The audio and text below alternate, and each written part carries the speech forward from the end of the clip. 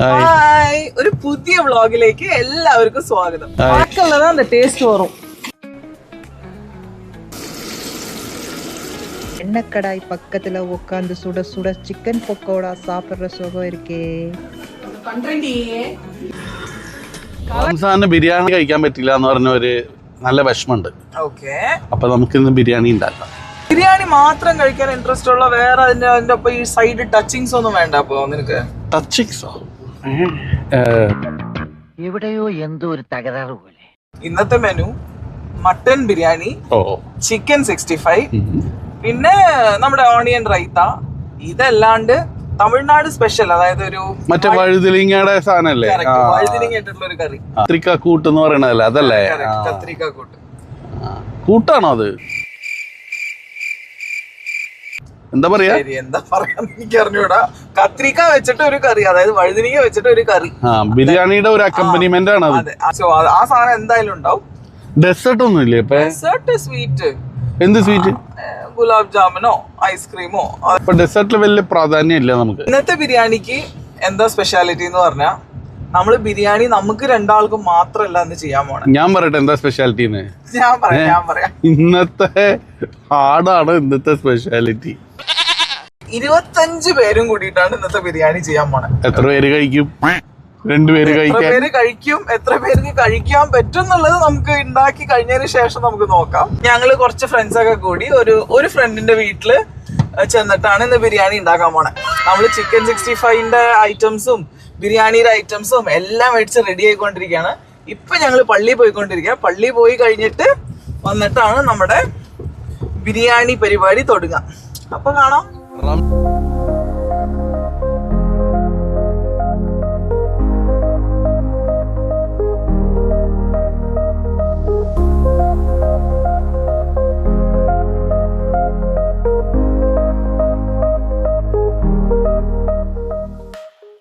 ഞങ്ങളിപ്പോ വീടെത്തി ആൻഡ് സാധനങ്ങളൊക്കെ എടുത്ത് നമ്മളിങ്ങനെ പോവാണ്.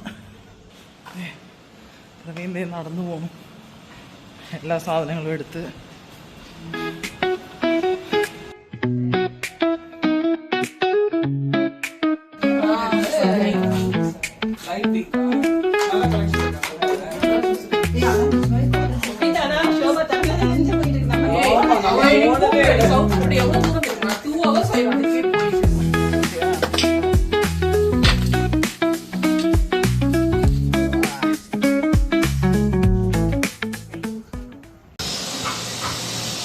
അപ്പം അങ്ങനെ മട്ടനൊക്കെ വേവിച്ച് കഴിഞ്ഞു.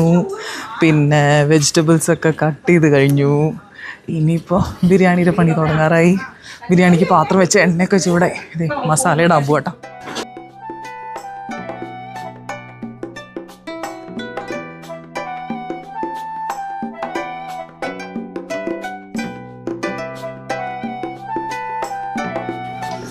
പിന്നെ ഉള്ളിയൊക്കെ എടുത്തിടണോ. ഉള്ളി നല്ലോണം മുറിക്കണതിൻ്റെ ഒരു പാടായിരുന്നു. അത് കഴിഞ്ഞ് ഉള്ളിയൊക്കെ മുറിച്ചിട്ട് അത് നല്ലോണം ഇളക്കി എല്ലാവരും കൂടി നല്ല കലക്കണോ പ്രിയ.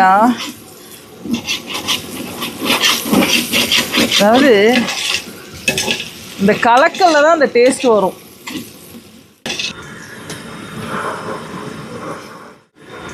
பிரியா, இந்த டீஸ்பூனு அந்த மெஷர்மெண்ட்லாம் இல்லையா பிரியா? கண்ணளவா?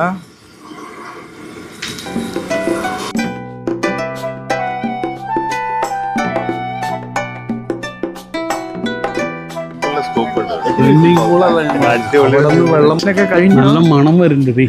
നല്ല വിശപ്പായി തുടങ്ങി. ഇനി ഒരു മണിക്കൂറും കൂടി ആവുന്നു. 1 മണിക്കൂറാവോ? അപ്പൊ അതുവരെ എന്താ ചെയ്യണേ? അതുവരെ നമുക്ക് ഇങ്ങനെ വെറുതെ ഇങ്ങനെ അവിടെ ഇവിടെ കാല് പൊള്ളുണ്ട്. വെറുതെ അല്ല, ബിരിയാണി നല്ല ടേസ്റ്റിൽ കഴിക്കണമെങ്കിൽ അതൊക്കെ ആവശ്യമുണ്ട്. ഓടിപ്പോണു.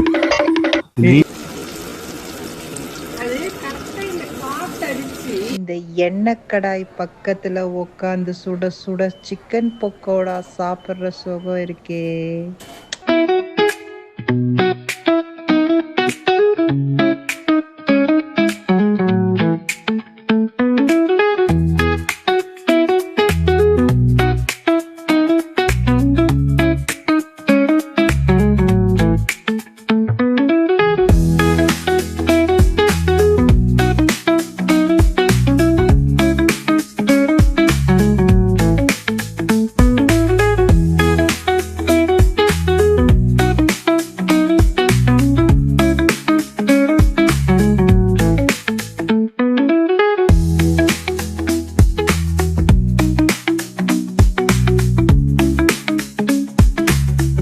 ബിരിയാണി പുറത്തുനിന്ന് ബിലാലിന്ന് മേടിച്ച് കഴിക്കണേക്കാളും ഇതൊക്കെ ഒരു സവാളയൊക്കെ വെട്ടി തക്കാളിയൊക്കെ വെട്ടി എല്ലാം വെട്ടി ഇറച്ചിയൊക്കെ ഇങ്ങനെ നല്ലോണം കട്ട് ചെയ്ത് അതെ അതിലാണ് ഒരു രസമുള്ള എല്ലാരും കൂടി പോയി കഴിക്കണം.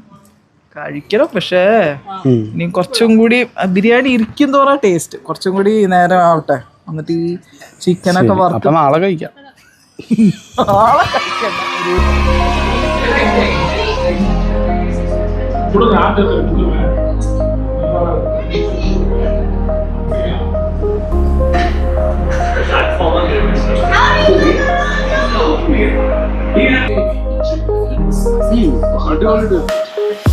ബിരിയാണി ഉണ്ട്, പിന്നെ അതേ മുട്ട ഇരിക്കണു, പിന്നെ ചിക്കൻ ഇത് കാണിച്ച കത്രിക്ക, പിന്നെന്താ പിന്നെ റൈത്ത ഉണ്ട്, മട്ടൻ പീസ് ഉണ്ട്. എങ്ങനെയുണ്ട് പ്രവീൺ?